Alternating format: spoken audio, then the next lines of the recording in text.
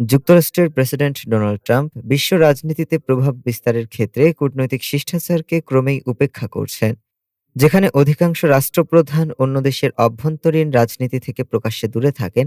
সেখানে ট্রাম্প সরাসরি নিজের পছন্দের নেতাদের পক্ষে অবস্থান নিচ্ছেন। সিএনএনের বিশ্লেষণে উঠে এসেছে, দ্বিতীয় মেয়াদে ট্রাম্প নিজেকে এক ধরনের বৈশ্বিক জনতুষ্টিবাদী আন্দোলনের কেন্দ্রবিন্দুতে স্থাপন করেছেন। আর্জেন্টিনা, ব্রাজিল, হন্ডুরাস, ভেনেজুয়েলা, দক্ষিণ আফ্রিকা, দক্ষিণ কোরিয়া ও ইউরোপের একাধিক দেশে তিনি কট্টর ডানপন্থী ও জাতীয়তাবাদী শক্তিকে উৎসাহ দিচ্ছেন। ইসরায়েলের প্রধানমন্ত্রী বেনিয়ামিন নেতানিয়াহুর বিরুদ্ধে চলমান বিচার নিয়েও ট্রাম্প প্রকাশ্যে হস্তক্ষেপের ইঙ্গিত দিয়েছেন, যা দেশটির নির্বাচনী রাজনীতিতে বড় প্রভাব ফেলতে পারে।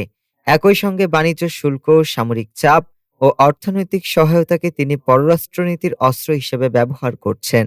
সিএনএনের মতে, যুক্তরাষ্ট্র অতীতেও গোপনে এমন হস্তক্ষেপ করেছে, তবে ট্রাম্প তা করছেন প্রকাশ্যে ও আক্রমণাত্মকভাবে, যা বৈশ্বিক গণতন্ত্র ও স্থিতিশীলতার জন্য নতুন উদ্বেগ তৈরি করছে।